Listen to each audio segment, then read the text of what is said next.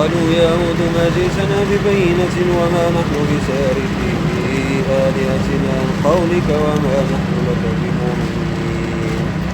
إن نقول إلا تراك بعض آلهتنا بسوء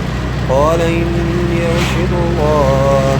واشهدوا أني بريء مما تشركون من دونه فكيدوني جميعا ثم لا تنظرون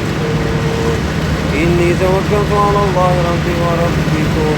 ما من دابة إلا واحد بناصيتها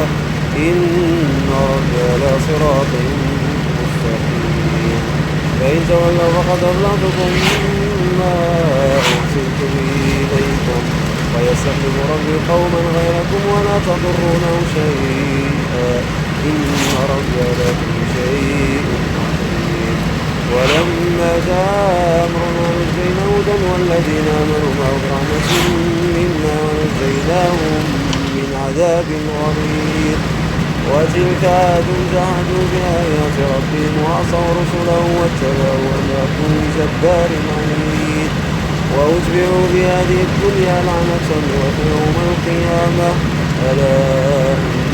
إن عادا كفروا ربهم ألا بعدا لعاد القوم وإلى ثمود أخاهم صالحا قال يا قوم اعبدوا الله ما لكم من إله غيره هو أنشأكم من الأرض واستعمركم فيها فاستغفروه ثم توبوا إليه إن ربي قريب مجيب قالوا يا صالح قد كنا فينا مرجوا قبل هذا تنهانا أن نعبد ما يعبد آباؤنا وإننا لفي شك مما تدعونا إليه مريب قال يا قوم أرأيتم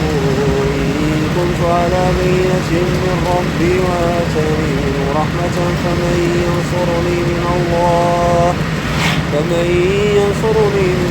إن عصيته فما تزيدونني غير تقصير ويا قوم هذه ناقة الله لكم